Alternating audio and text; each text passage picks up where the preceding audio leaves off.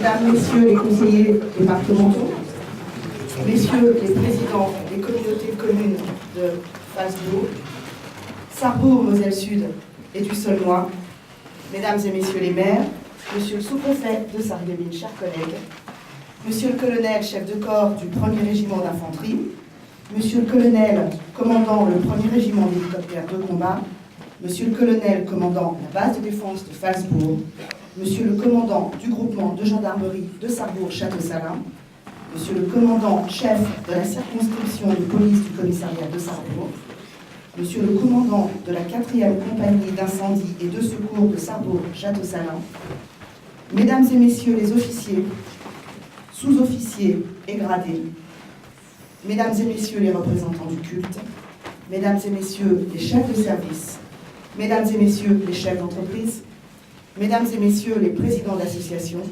Mesdames et Messieurs, je vous remercie tous d'être présents ce soir à cette cérémonie de vœux et d'avoir bravé des températures glaciales pour venir jusqu'à nous. Je tiens tout particulièrement à remercier Monsieur le député maire de Sarrebourg d'être présent avec nous ce soir. Ce soir, Mesdames et Messieurs, nous vivons un moment qui, à défaut d'être historique, le mot serait un peu fort, est symbolique.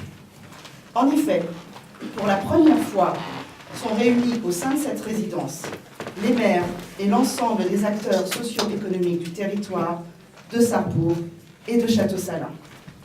Ce soir, nous assistons à une sorte de réunification qui permet de voir concrètement ce que peut être une mutualisation, je l'espère réussie, des moyens de l'État. C'est une grande satisfaction, car il est toujours agréable de démontrer qu'il est possible d'apporter un service de qualité en réduisant les coûts de fonctionnement. Rassurez-vous, je ne vise personne en disant cela. Cet épisode de la vie administrative qui peut paraître assez anodin, j'en conviens, est pourtant un cas assez rare. En effet, Sarrebourg-Château-Salins est l'un des rares arrondissements de France à être issu de la fusion et du regroupement de 2 arrondissements. C'est d'ailleurs ce qu'a rappelé Bernard Cazeneuve, alors ministre de l'Intérieur, lorsqu'il est venu inaugurer la maison de l'État de Château-Salins en février dernier. Il faut toutefois reconnaître que ces regroupements qui ont certes été proposés par l'État n'auraient pas vu le jour si les élus de ce territoire qui ont été consultés n'avaient pas accepté le principe.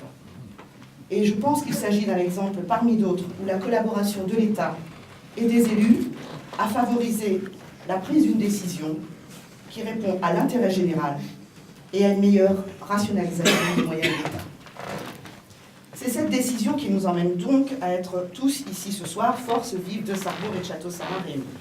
J'en profite pour remercier les personnels de la résidence, la ville de Sarrebourg, la communauté de communes de Sarrebourg-Moselle-Sud, la base de défense et bien sûr les élèves du CFA pour l'aide logistique apportée à cette cérémonie.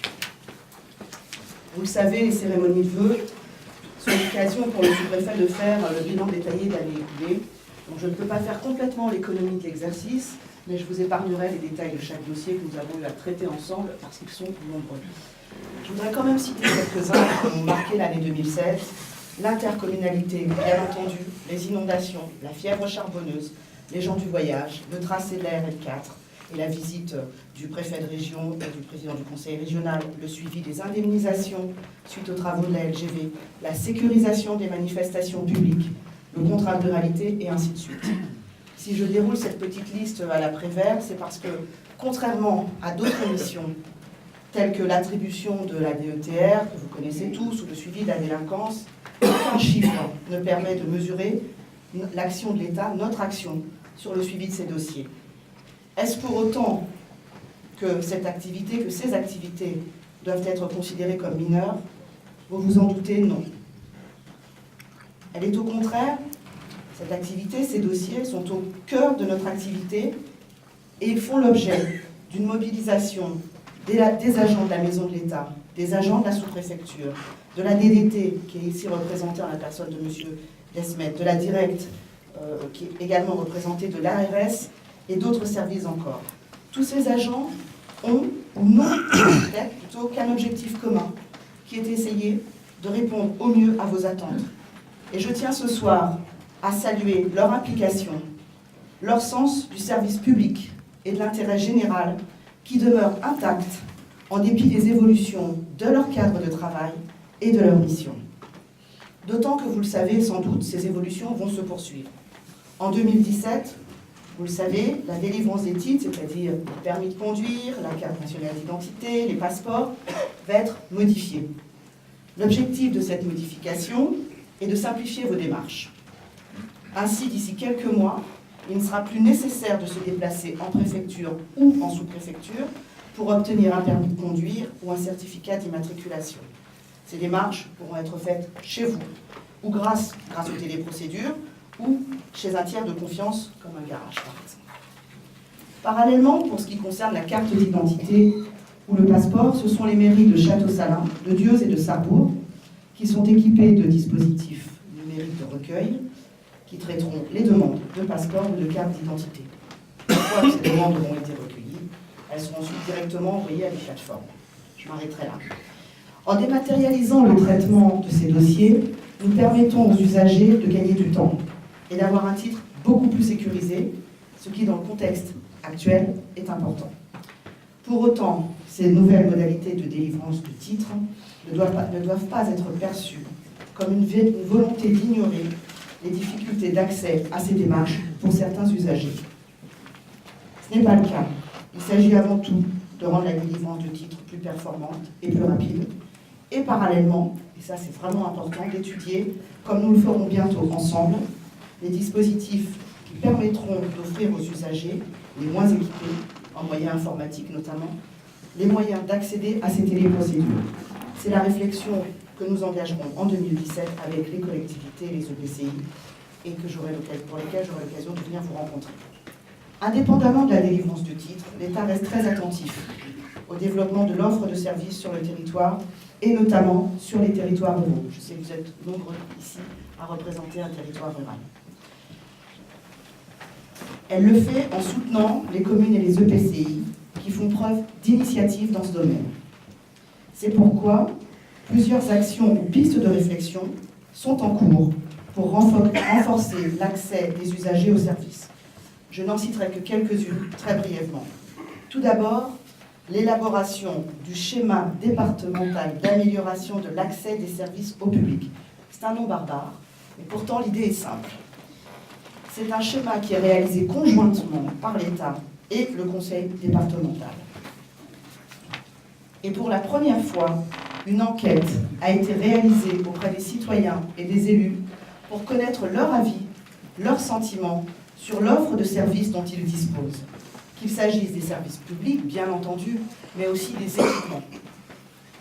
Sur la base de ces éléments, un diagnostic a été établi. J'espère qu'il guidera l'action des collectivités locales, mais également de l'État pour le développement de l'offre de services aux usagers.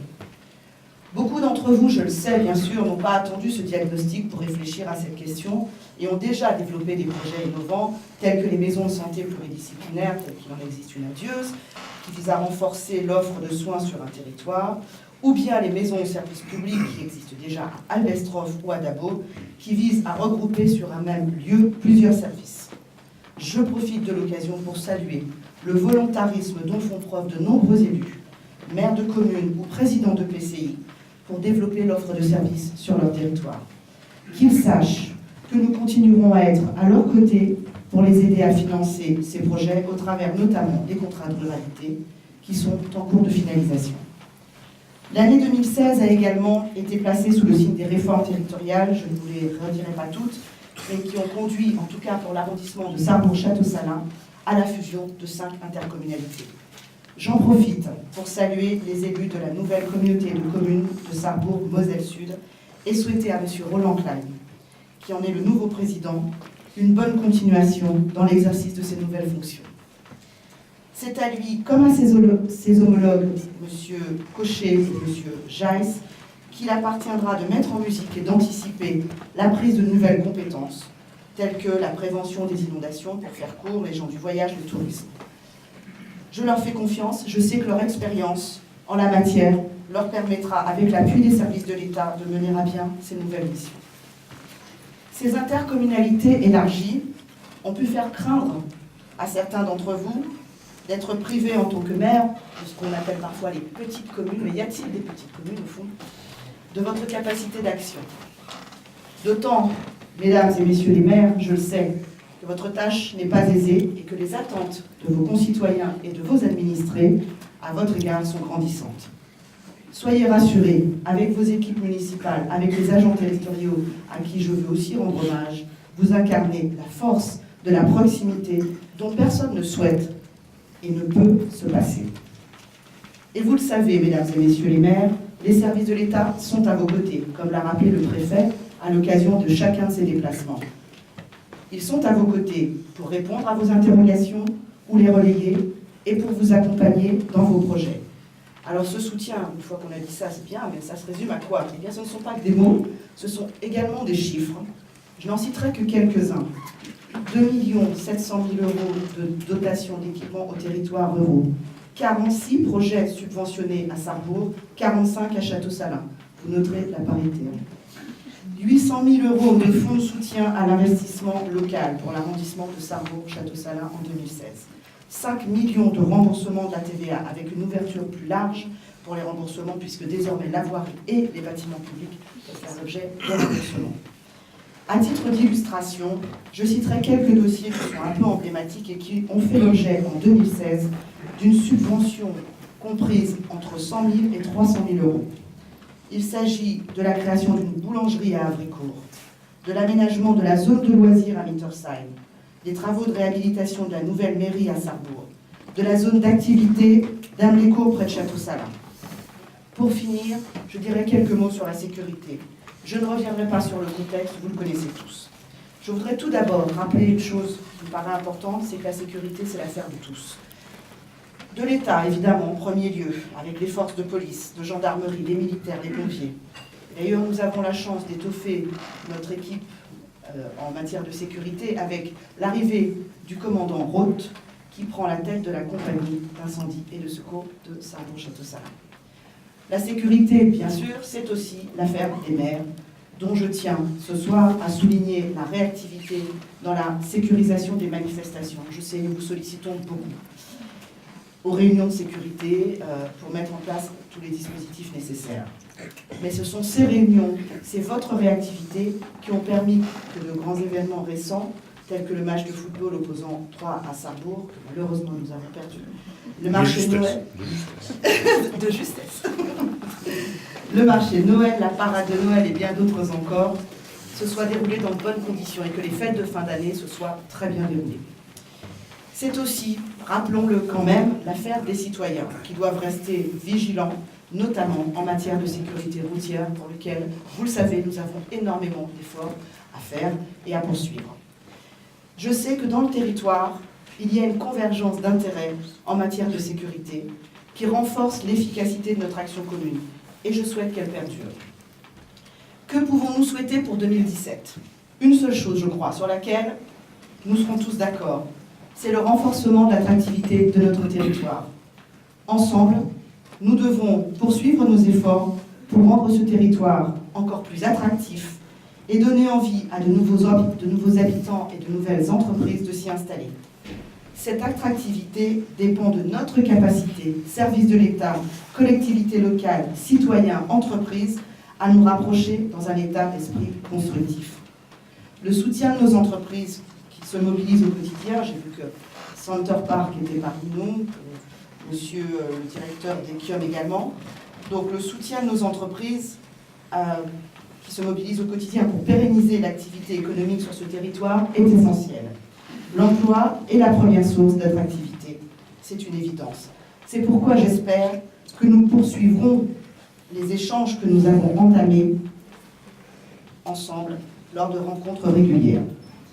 La capacité à accueillir des jeunes, leurs familles, à leur offrir une éducation de qualité, des formations, des lieux d'apprentissage, constitue également, de mon point de vue, un facteur déterminant d'attractivité, sur lequel nous devons continuer ensemble, État, collectivités, entreprises, à réfléchir. L'année dernière, j'appelais de mes voeux le renforcement de la complémentarité entre le Saulnois et la partie sarrebourgeoise de cet arrondissement, afin de mieux prendre en compte ce qui les rapproche historiquement, économiquement, socialement. Mon vœu, et je sais que vous le partagez, a été exaucé. Nous avons renforcé cette complémentarité, la preuve ce soir, dans de nombreux domaines, dans le domaine de l'emploi, de la santé, de l'éducation, en favorisant cette solidarité entre les territoires ruraux et urbains à laquelle, je le sais, mesdames et messieurs, vous êtes particulièrement sensibles. Pour finir, nous entrons dans une année électorale durant laquelle s'exercera le débat démocratique. Je nous souhaite à tous que ces débats auxquels l'État, dans sa neutralité, ne prendra évidemment pas parti, soient à la hauteur des enjeux de notre territoire et qu'ils soient l'occasion de renforcer nos valeurs républicaines. Je souhaite pour l'année 2017 que nous puissions faire preuve d'innovation et de solidarité pour valoriser ensemble tous les atouts de ce territoire. Je vous remercie.